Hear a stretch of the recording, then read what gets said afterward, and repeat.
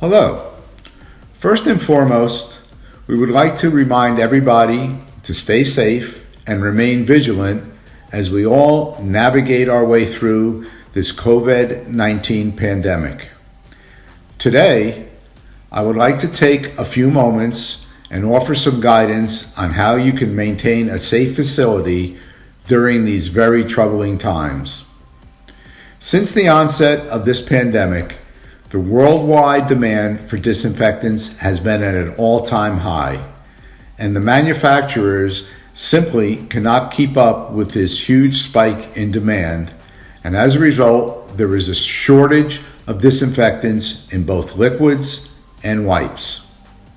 Cleaning has always been and remains so as the most important component of the equation for maintaining a healthy facility.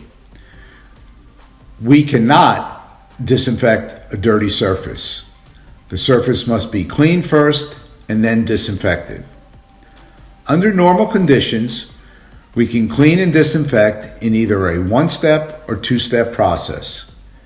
In the one-step process, with a minimal soil load and the use of a EPA-registered cleaner/disinfectant, we can clean and disinfect in a single application.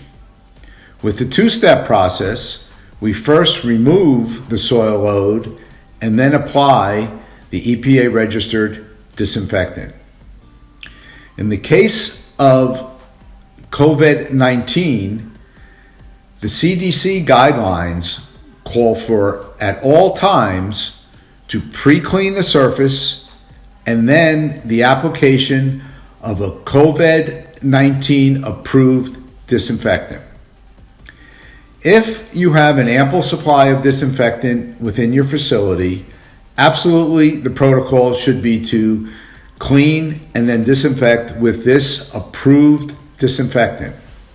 However, if you are like many facilities and have a low level of supply of your disinfectant or a shortage of disinfectant, we must change the paradigm in order to be most effective in the cleaning process.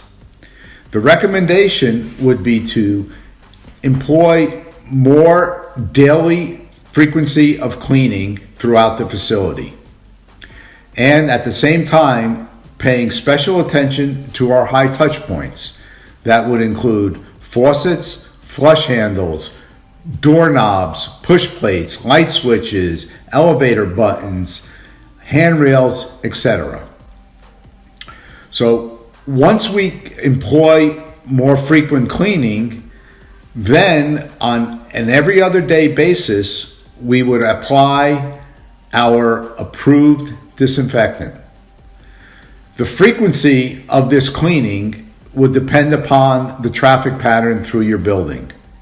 Areas that are of high capacity should be cleaned more often, and areas that have little human contact less frequently. A couple key points about disinfectants that is bringing out at this point. All disinfectants need to be diluted properly according to manufacturer's instructions. That applies to concentrated disinfectants. Ready-to-use disinfectants should never be diluted at all. By adding more water to either of these disinfectants to make the disinfectant last longer would only cause to render that disinfectant ineffective. So always adhere to the manufacturer's instructions and never over dilute your disinfectant. The second key point about disinfectants is that all disinfectants have a required wet dwell time in order to fully kill the pathogens that we're trying to eliminate.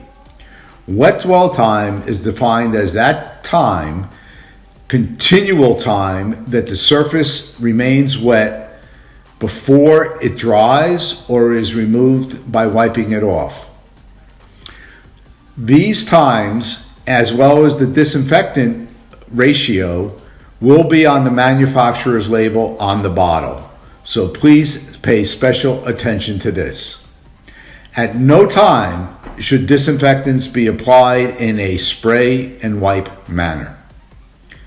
While cleaning does not kill any of these pathogens, it can be very effective in the removal of the microorganisms.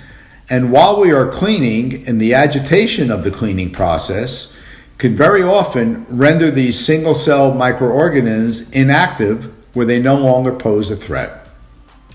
In closing, I hope this brief tutorial will aid you in having a cleaner, healthier facility and providing safety for all the occupants.